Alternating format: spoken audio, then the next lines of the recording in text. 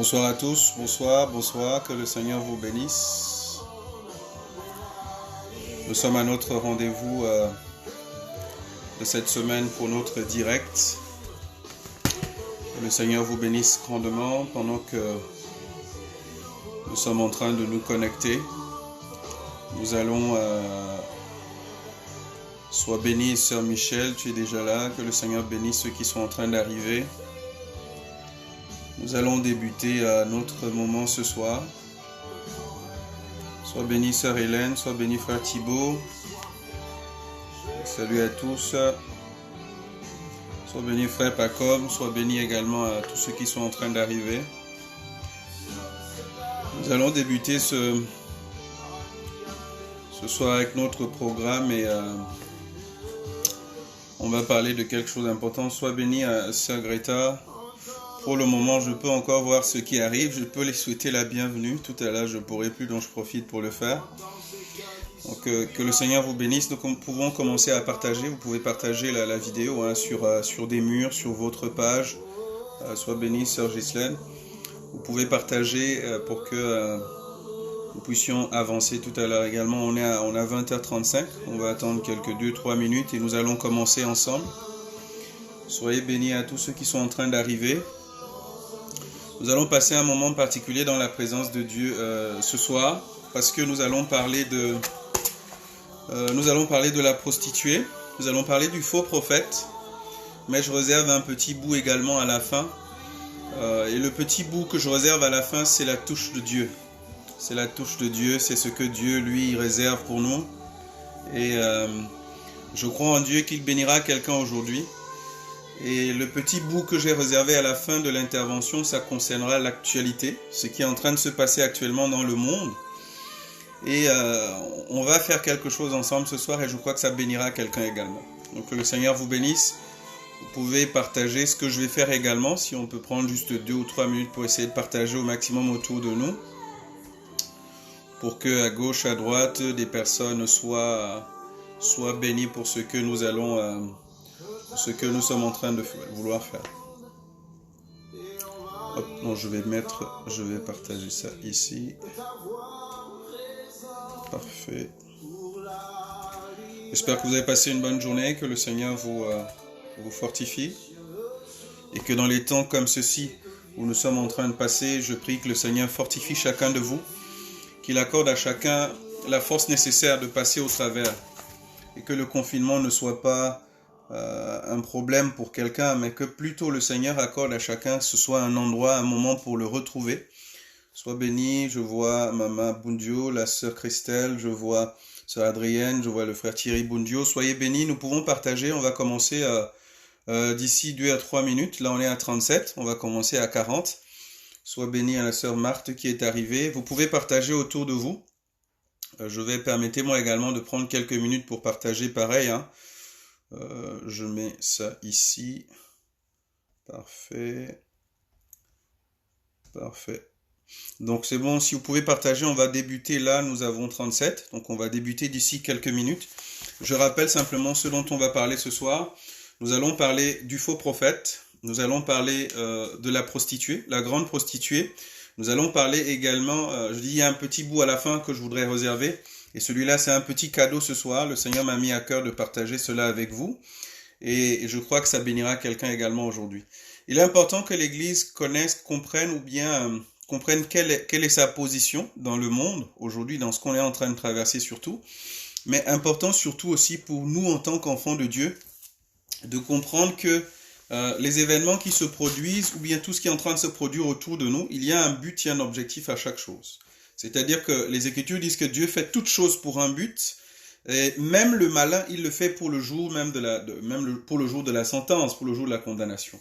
Donc, je vous encourage à continuer à partager. Je vais refaire sur 1 ou 2 pages, si vous pouvez juste me donner 1 seconde pour le faire, et après nous allons débuter avec notre intervention. Donc, bienvenue à tout le monde.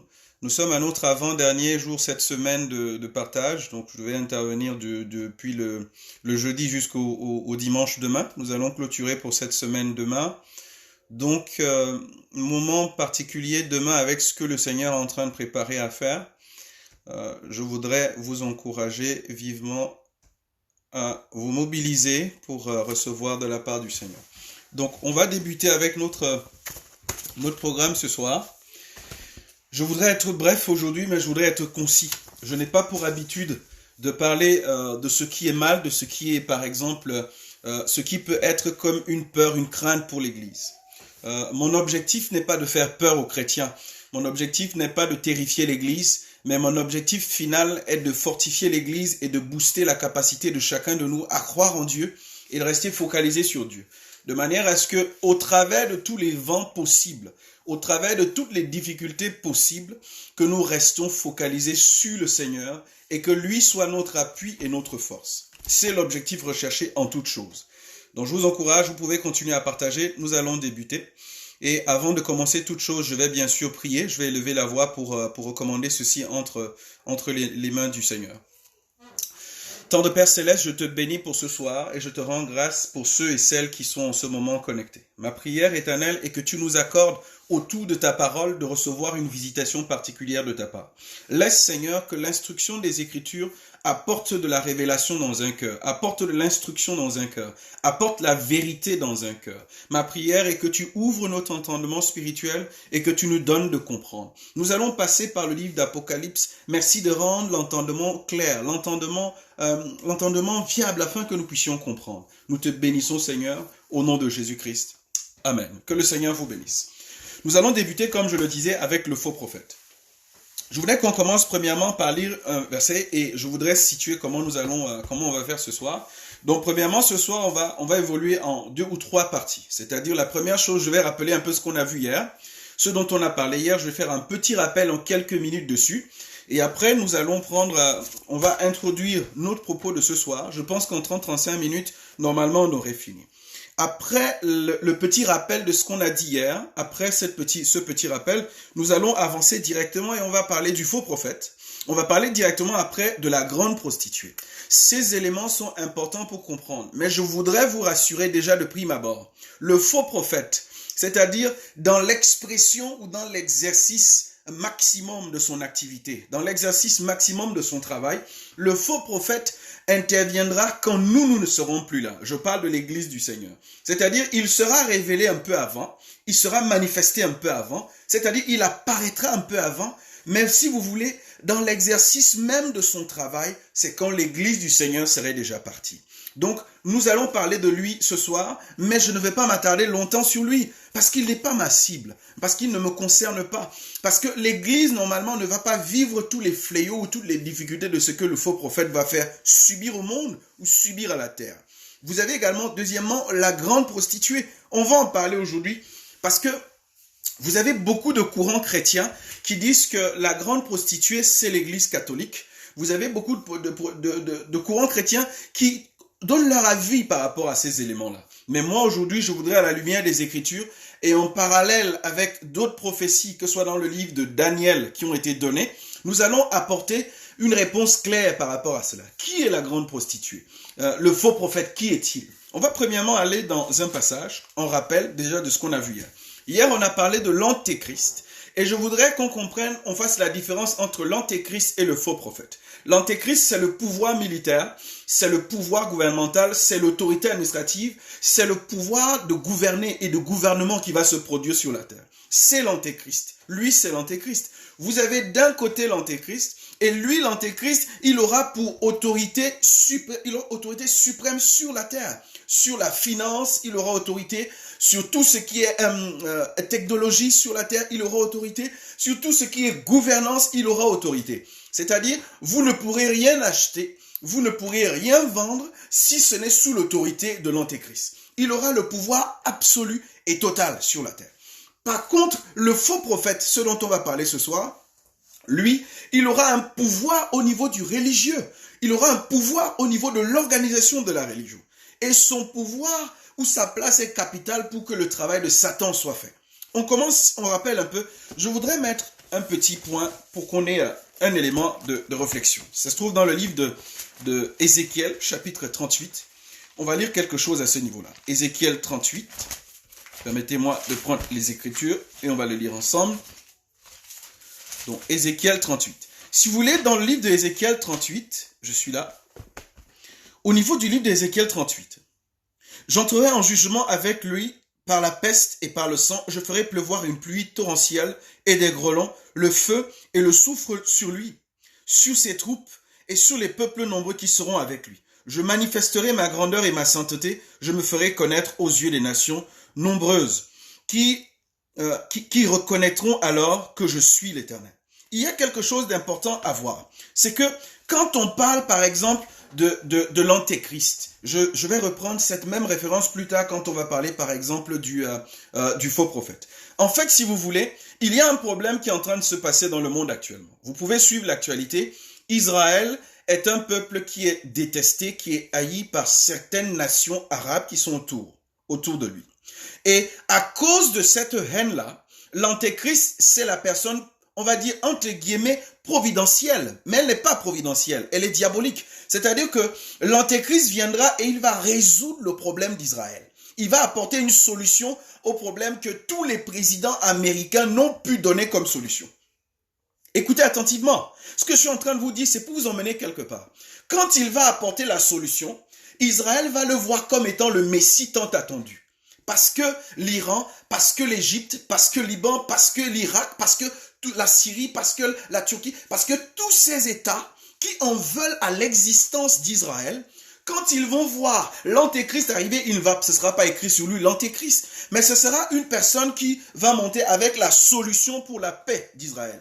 Et Israël va l'adopter comme étant le Messie. Le monde va l'adopter comme étant le super dirigeant providentiel, celui qu'on attendait et qui apporte la paix, le calme et la sécurité. Il apportera des idées de rassembler tout le monde autour des mêmes idées pour faire un seul État. Nous sommes en train d'aller vers cette direction-là. Actuellement, le monde est en train d'aller vers la même direction.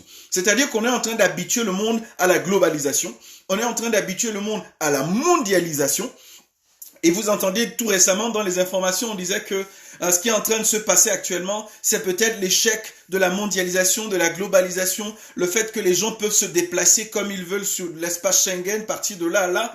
En fait, on est en train d'habituer le monde au fait de faire les choses de la même manière, de gouverner de la même manière, de diriger de la même manière, parce que ce sera l'objectif de l'antéchrist. Merci de continuer à partager autour de vous pendant qu'on est encore dans la première partie. Continuez à partager et nous allons avancer à notre niveau. Là, je suis au niveau du rappel de ce qu'on a vu hier. Hier également, nous avons vu qu'en dehors de l'antéchrist, il y a quelque chose qui se prépare. L'Église est différente de la religion. On va encore en parler tout à l'heure. Il y a la religion et il y a l'Église. L'Église du Seigneur, ce sont toutes les personnes qui ont foi en Dieu, qui croient en lui et qui sont nées de nouveau sur toute la surface de la terre. Ça, c'est l'Église du Seigneur.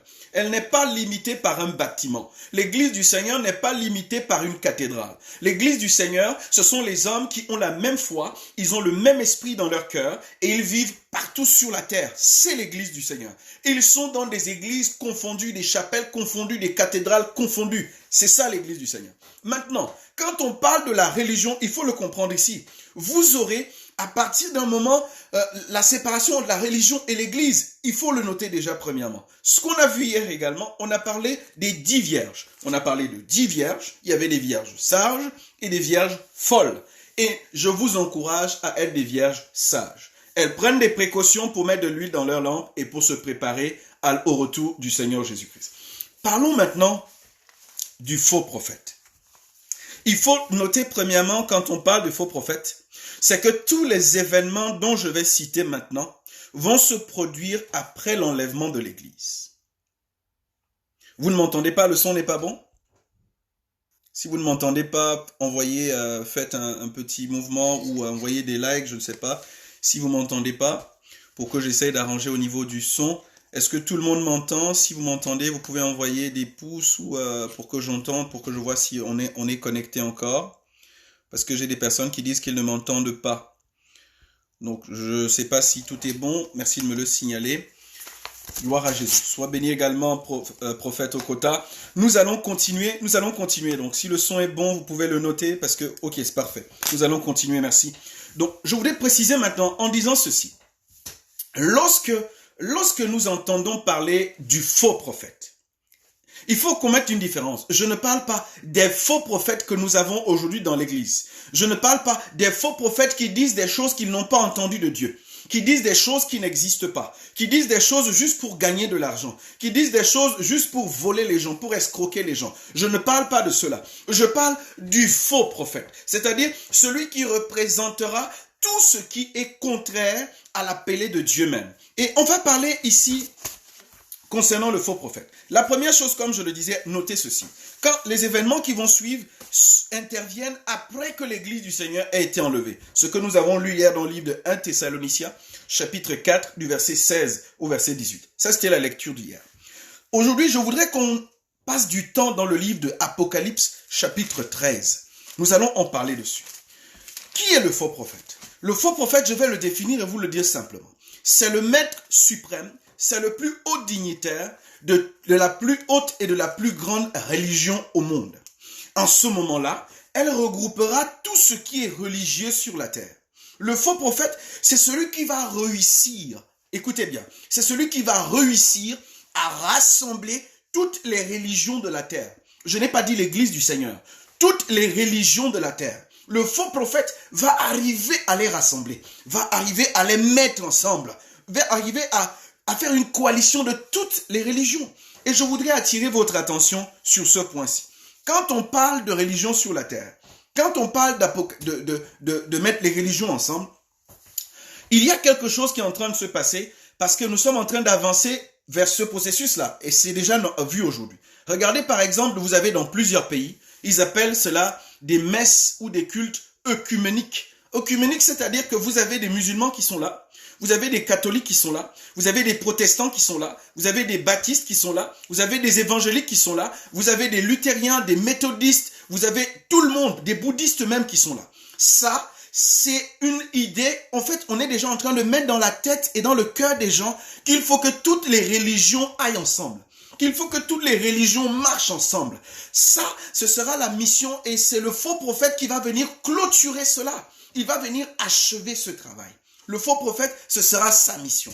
Lui, il viendra simplement pour mettre ensemble toutes les religions et leur dire, voici, nous devons suivre telle personne. Et notez que l'objectif du faux prophète, ce serait d'amener les religions ensemble à adorer l'antéchrist. L'antéchrist qui est l'opposé complet du Christ. Vous avez, et mettez cela un peu par rapport à la Trinité. Je ne suis pas un fervent croyant de la Trinité déjà, parce que je crois qu'il y a un seul Dieu unique qui s'est manifesté en trois. Je ne crois pas qu'il y a trois dieux qui sont unifiés. Il y a une différence entre les deux, mais ce sera peut-être le sujet, un autre jour on en parlera.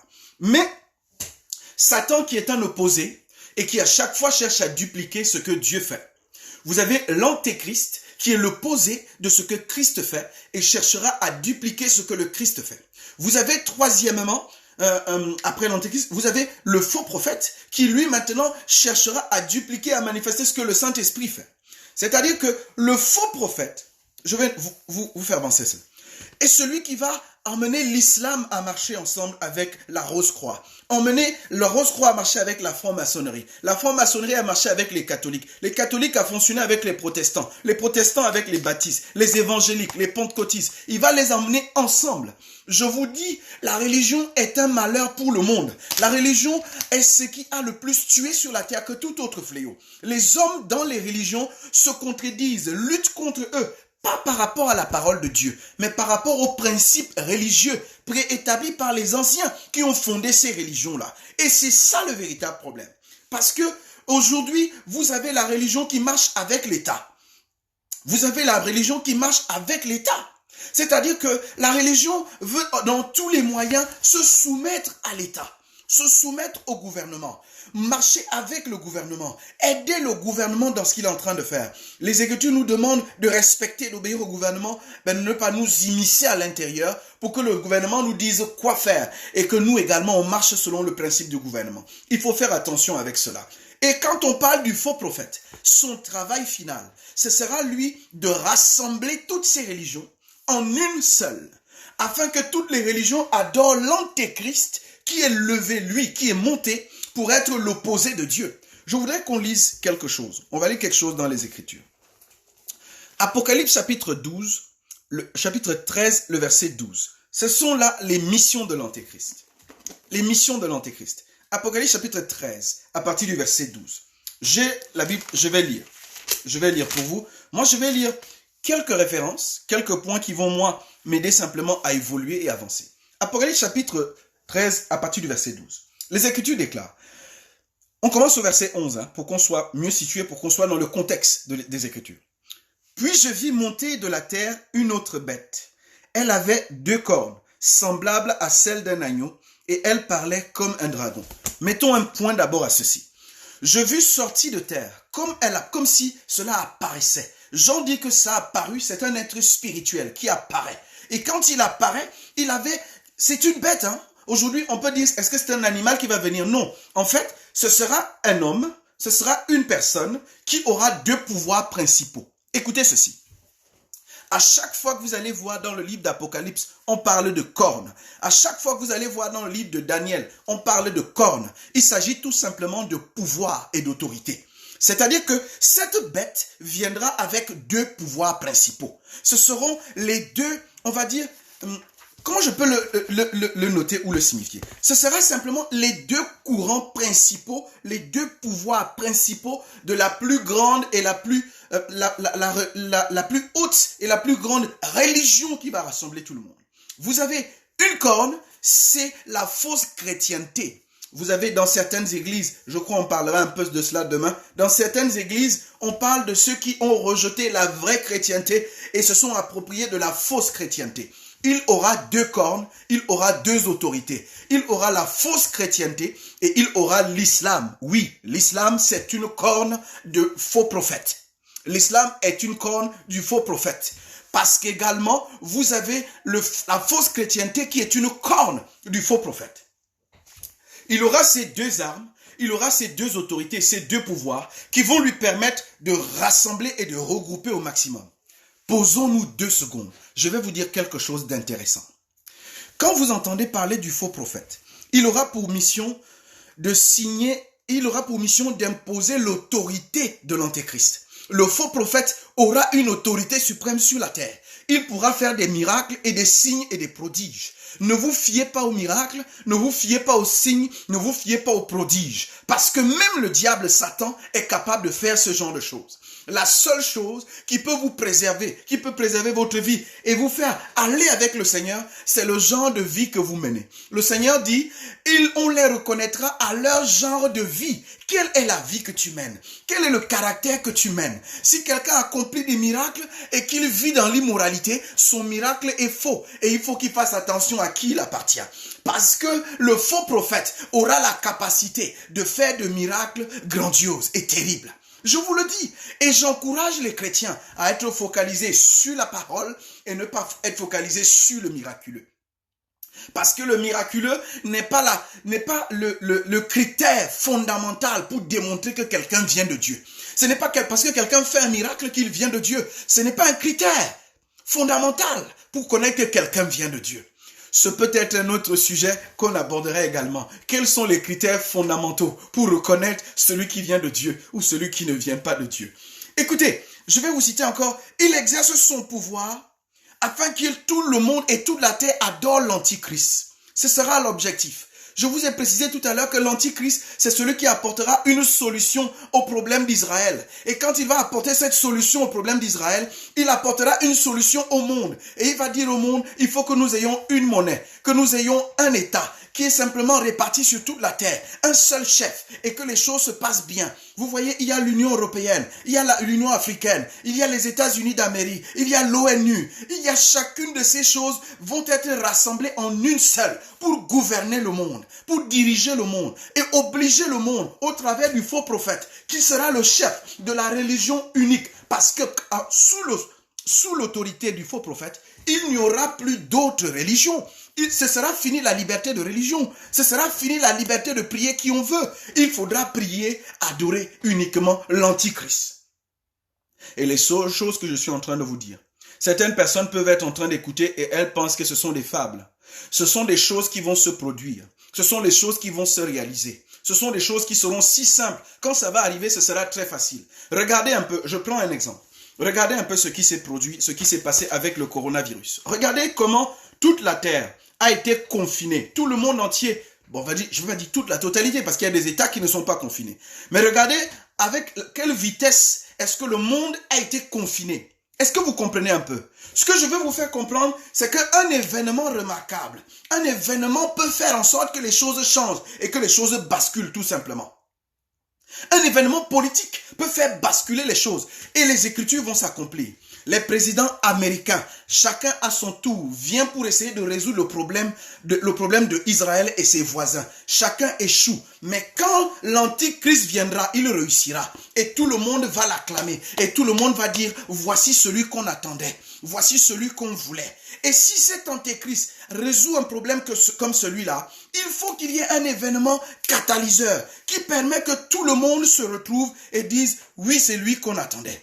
Écoutez, je vais plus loin. Je dis, si tu es d'accord, si tu m'écoutes, je veux que tu m'envoies un petit pouce là, un petit pouce pour que je sois certain qu'on est ensemble et que les gens me comprennent. Je vais avancer, on va aller à un autre niveau. Il faut qu'on avance, le temps est en train de passer. Écoutez ceci, les Saintes Écritures sont claires à ce niveau. Vous avez certaines missions que va accomplir, les missions que va faire le faux prophète. À partir du verset 12 de Apocalypse 13, vous avez exactement ce que l'antéchrist, ce que le faux prophète fera. Il va exercer tout le pouvoir de la première bête. Il exerce tout le pouvoir de la première bête, c'est-à-dire le pouvoir de l'antéchrist, en sa présence. Et elle fait de la terre et ses habitants Et elle fait que la terre et ses habitants se prosternent devant la première bête, c'est-à-dire devant l'antéchrist. C'est de ça qu'il s'agit. Voilà. Et elle dit ceci. Écoutez quelque chose qui m'a... Écoutez un peu. On va lire ceci. On est au verset 12. Elle exerce tout le pouvoir de la première bête en sa présence. Et elle fait que la terre et ses habitants se prosternent devant la première bête, dont la blessure mortelle était guérie. Elle opère des grands signes jusqu'à faire descendre le feu du ciel sur la terre, à la vue des hommes. Elle séduit les habitants de la terre par les signes qu'il lui fut donné d'opérer devant la bête. Écoutez ceci. L'antichrist aura une capacité surnaturelle et il va opposer son autorité au niveau de tous les gouvernements et de la gestion de la terre. Le faux prophète va imposer son pouvoir spirituel sur toute la terre. Ces choses sont dans la Bible. Et il n'y a que les chrétiens qui ont la Bible et qui ne lisent pas ces choses et qui ne connaissent pas ces choses. La Bible nous appartient. Lisez la Bible. Comprenez les événements que nous sommes en train de vivre et comprenez que nous sommes vers la fin. Et nous sommes en train d'évoluer vers la fin. Je disais tout à l'heure que quand on parle du faux prophète, comprenez que le faux prophète est appelé également dans le livre de Ésaïe chapitre 10, le verset 5, l'Assyrien. Le faux prophète est appelé également la bête en Apocalypse 13, ce qu'on a lu tout à l'heure. Le faux prophète également est appelé fils de la perdition. Le faux prophète également est appelé l'homme du péché. Le faux prophète, pourquoi est-ce qu'on l'appelle l'Assyrien? Parce qu'écoutez, le quartier général, le lieu de la domination du faux prophète, est-ce que vous savez là où ce sera? Vous savez là où ça va se trouver? Ce sera à Babylone. Ce sera à Babylone, le lieu de la grande prostituée. C'est pour cela que vous avez vu tout récemment, ils ont voulu établir un califat. Parce que ce que les musulmans ne comprennent pas, celui qu'eux ils attendent comme faux prophète, ils pensent que c'est leur messie. Ils préparent au niveau de la Syrie, au nord de la Syrie, au nord de l'Irak. Ils préparent dans cet endroit-là, dans l'ancienne Babylone, ils préparent un endroit pour que le faux prophète vienne siéger. Et tout ce qu'ils ont fait comme guerre, vous voyez ce qu'ils sont en train de préparer, les atrocités qu'ils sont en train de faire. Ils sont en train de préparer le monde à quelque chose. Parce que quand le faux prophète va arriver, il sera établi en Assyrie, en Babylone. Quand il sera établi là-bas, écoutez ceci, les choses et les atrocités qui vont se passer sur la terre seront terribles. Parce qu'on va tuer tous ceux qui ne vont pas adorer l'antichrist. Alors, regardez les mesures, regardez les techniques que l'État islamique, par exemple, prenait. Ils prennent un homme, ils le mettent devant une caméra et ils égorgent tout simplement. Je dis, le faux prophète s'établira du côté de la Syrie. Il ne s'établira pas en Europe parce que c'est au niveau de la Babylone. On l'appelle l'Assyrien également dans les Écritures. Il s'établira de ce côté-là. Et ce faux prophète aura un tel pouvoir que le monde ne va que le suivre en voyant les miracles, en voyant ce qu'il sera en train de faire. Là, nous parlons du faux prophète. On va couper et on va avancer. On va parler de la prostituée. Si tu es d'accord avec moi, je voudrais simplement que tu appuies, que tu mettes des pouces, pour qu'on continue et que je vois qu'on est ensemble ce soir. On va avancer. Dis à ton voisin, si tu es tout seul ou avec quelqu'un, dis-lui, on est en train d'aller quelque part. Le pasteur Richard nous emmène quelque part. Écoutez ceci. Les Écritures me disent concernant la prostituée, la grande prostituée. Les Écritures disent ceci. Lisons un peu Apocalypse chapitre 17, le verset 5. Apocalypse chapitre 17, le verset 5. Apocalypse 17, verset 5. Écoutez avec moi. Apocalypse 17, 5, ce que les Écritures disent. Sur son front était écrit un mystère. Babylone la grande, la mère des prostituées, des abominations de la terre. Quand vous lisez le chapitre, vous pourrez le lire après. Quand je vous donne une référence, c'est pour que vous la lisez tout tranquillement après. Pourquoi est-ce qu'on l'appelle la grande prostituée? Si vous regardez plus loin, on dit que c'est une femme qui monte sur une bête. Pourquoi on l'appelle la grande prostituée? Quand on parle de cette bête, c'est l'autre bête qu'on a parlé tout à l'heure. Je voudrais vous faire comprendre également un élément que je n'ai pas soulevé tout à l'heure. Quand on parle, par exemple, nous sommes en train de parler de ce dont on parle. Quand on parle de la bête comme l'antéchrist, ou quand on parle des bêtes comme, par exemple, le faux prophète, vous avez certaines bêtes qui ont été signifiées ou bien personnalisées dans l'Ancien Testament. Daniel nous parle du lion qui représentait Babylone. Daniel nous parle également du léopard qui représentait l'Empire grec. Daniel nous parle également de l'ours qui représentait l'Empire perse et mède. Et là maintenant, il ne pouvait pas déjà nous dire qu'est-ce que la prochaine bête serait parce qu'il ne voyait pas clair. Et Jean vient nous dire que cette bête-là a le corps d'un léopard, a les pattes d'un ours, a le visage d'un lion et il a des cornes. Cela veut dire que cela se met en rapport avec la prophétie et la vision que Daniel avait vue. Vers la fin des temps, il y aura un dernier royaume qui sera composé de 10 royaumes. Il y aura un dernier empire, un dernier gouvernement composé de 10 royaumes. Et les 10, 5 viendront de l'Est et 5 viendront de l'Ouest. Il s'agit simplement ici de répartir les pouvoirs, de répartir les puissances, de répartir les forces et de faire une alliance entre eux. La première chose, c'est que l'antéchrist va simplement confirmer une ancienne alliance de protection, alliance de gouvernance, alliance de sécurité, alliance de finance. Ce qui est en train d'être fait est en train d'être préparé. Mais ce qui nous concerne, pour l'instant, on parle de la prostituée. La prostituée, certaines personnes ont dit que la prostituée, c'est l'église catholique.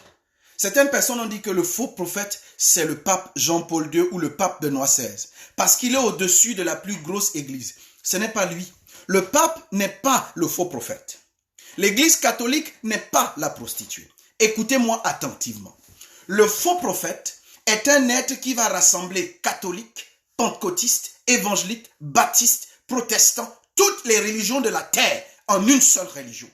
C'est lui qui aura la capacité de le faire. C'est ça le faux prophète.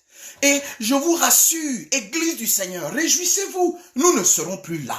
Nous ne serons plus là pour voir ce genre de choses. Parce que nous serons dans la fête et dans la félicité avec le Seigneur. Nous serons en train de glorifier Dieu dans le royaume des cieux. Nous ne serons plus ici sur terre pour voir ce genre de choses.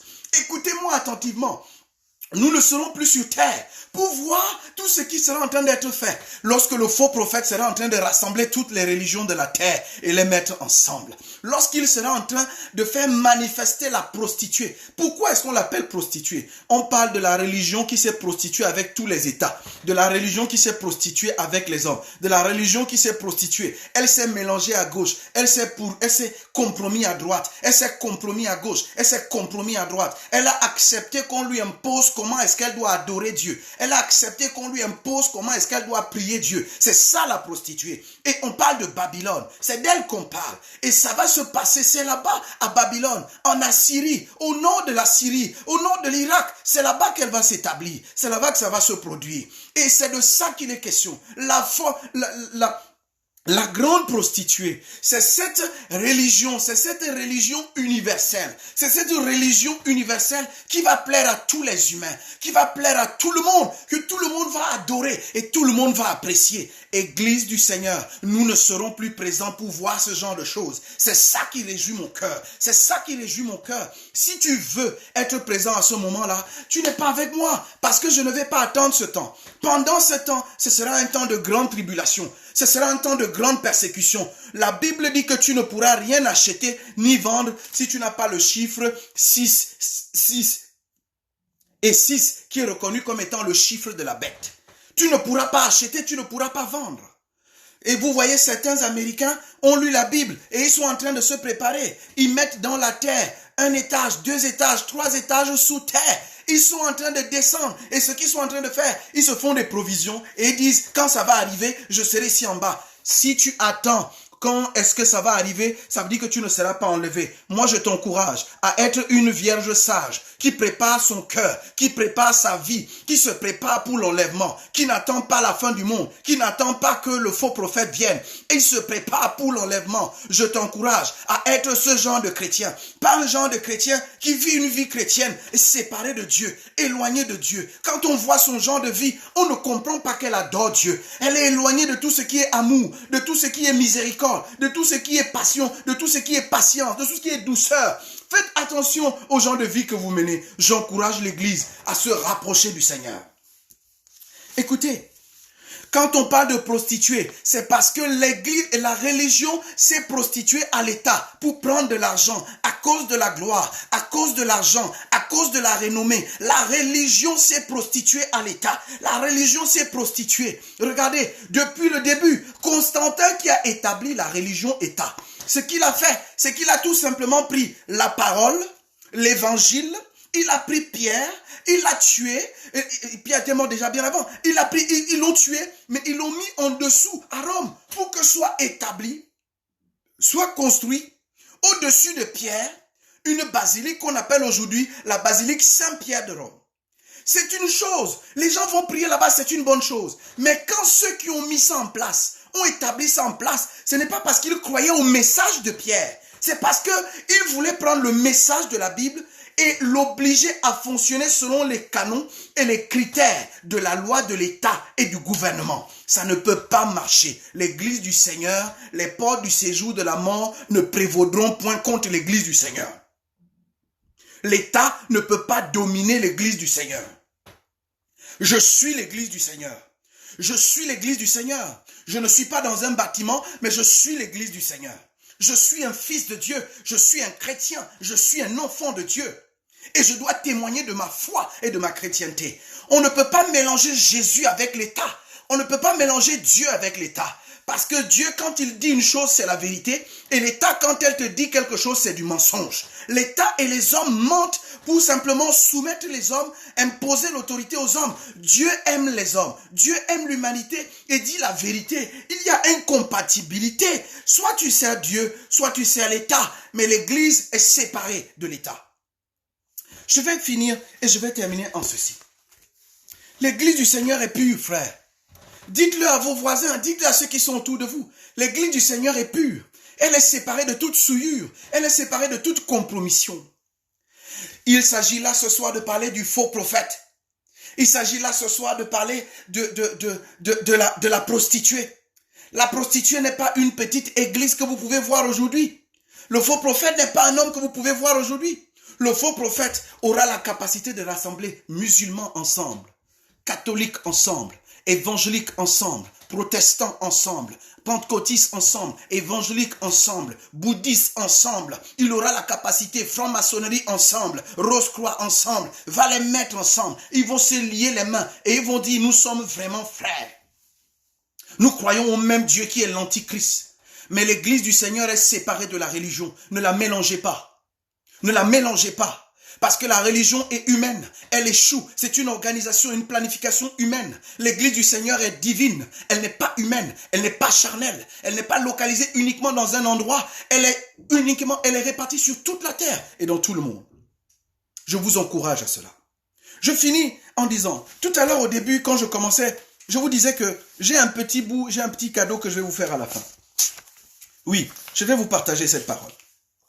Et ce petit bout qui arrive à la fin met la joie dans mon cœur. Et je voudrais vous encourager à écouter ceci. Cette petite partie-là, elle dit ceci. Elle dit ceci. Je viens parler par rapport à la situation que les gens vivent, que le monde vit, que l'Église vit actuellement. Il s'agit de Covid-19. Je viens parler par rapport à cela. Écoutez ceci. Je viens lire un verset biblique dans le livre de Exode, chapitre 12. Exode, chapitre 12. Soyons attentifs un peu. Exode chapitre 12, le verset 5 et le verset 7. Exode 12, le verset 5 et le verset 7. Les Écritures déclarent, « Ce sera un agneau sans défaut, mâle, âgé d'1 an. Vous pourrez prendre un agneau ou un chevreau. Vous l'aurez en garde jusqu'au 14e jour de ce mois. Et toute l'assemblée de la communauté d'Israël l'immolera entre les 2 soirs. On prendra de son sang, écoutez, on prendra de son sang. Et l'on en mettra sur les 2 poteaux et sur le linteau de la porte des maisons où on le mangera. » Écoutez, les Saintes Écritures déclarent qu'il y a quelque chose qui a été institué parce que le monde vivait à ce moment-là une même période comme celle-ci. Il y avait comme une peste. Il y avait quelque chose qui était prédit. Il y avait comme l'ombre de la mort qui devait passer en Israël, en Égypte à cette époque-là. L'ange de la mort devait passer en Égypte. Et il y a quelque chose que le Seigneur avait donné comme directive. Il a été institué ce jour-là. Peut-être quand vous prenez, vous, le repas du Seigneur, vous dites, je prends le repas du Seigneur aujourd'hui. Vous ne savez pas d'où cela vient. Vous dites que c'est Jésus qui a commencé à le prendre en le donnant le repas du Seigneur, ainsi de suite. Écoutez, le repas du Seigneur, ça a commencé avant que l'ange de la mort ne s'abatte sur l'Égypte. Écoutez, c'est là que ça a été institué. Le but était lequel? L'expression Pâques vient de l'expression hébreu pécha, qui veut dire passer au-dessus. Pécha, passer au-dessus. Passer au-dessus. Ça veut dire que le Seigneur a institué la Pâque pour préserver Israël de l'ange de la mort. Qu'est-ce qui préservait Israël de l'ange de la mort? À cette époque, il y avait 2 choses. Il fallait manger l'agneau dans la maison et il fallait que le sang de l'agneau soit sur les portes, les 2 côtés et le linteau de la porte. Il fallait 2 choses. Manger l'agneau dans la maison et que le sang soit sur le linteau des portes. Et regardez ce que ça veut dire dans le Nouveau Testament, plus loin. Écoutez en Jean chapitre 1. Le livre de Jean nous enseigne et nous explique ce que ça veut dire. Jean chapitre 1, le verset 19. Oui, c'est le verset 19 qui le dit. Le verset 29 plutôt. Jean chapitre 1, le verset 29. Je m'excuse. La Bible dit ceci en Jean 1, 29. Le lendemain, il vit Jésus venir à lui et dit, « Voici l'agneau de Dieu qui ôte le péché du monde. Voici l'agneau de Dieu qui ôte le péché du monde. » C'est-à-dire que l'agneau a une fonction capitale. Le sang doit couler et on doit le manger. C'est pour cela qu'aujourd'hui, nous partageons le repas du Seigneur. C'est pour ça qu'aujourd'hui, nous partageons le repas du Seigneur. Celui qui mange à la table du Seigneur est en train de manger le corps du Christ. Et si tu manges le corps du Christ, ça veut dire que tu es en train de partager sa vie.